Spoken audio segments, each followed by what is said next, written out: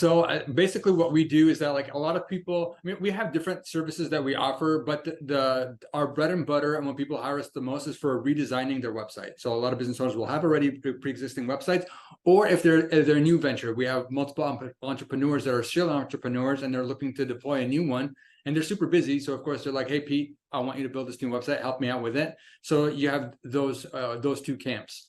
So I think what I loved about what you said, Michael, is that you said, hey, you know what? Instead of having the call to action button be like book a call or, buy now or whatever, do the next step. And the thing is that one thing that I know you're a proponent of, because I've been listening also to your podcast, is that you're like, hey, people need to know, like, and trust you.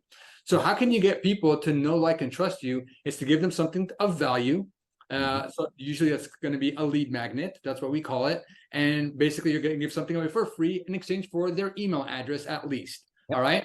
And then after you put them in a lead magnet, then after that, you want to warm them up and get them to know you and you want them to know them. So before I even met you, Michael, so I was booked on your podcast 3 weeks ago and I started receiving emails from you. I'm pretty sure they were automation, but they're very friendly. They're very personable. You shared your story. You shared video. I watched videos of you sharing your story about, how you started and, your background. And I shared also about, you came across and he's told me like, hey, here's how I could help you. And I learned about Paperback Expert. And in fact, even before I even met you, I referred a client to you, right? Thank you. Yes. Yes, because I loved your videos and I felt like, hey, you know what? Michael is a cool guy. I like him. I trust him. And you know what? This might be somebody that I personally want to do business with in the future. And so all of that was done basically through your automation funnels. And I loved every single part of that. And that's what we hope to do and help people with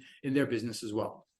Thank you. Thank you for that, by the way. But I want to help my audience understand you should just rewind and listen to what Peter said.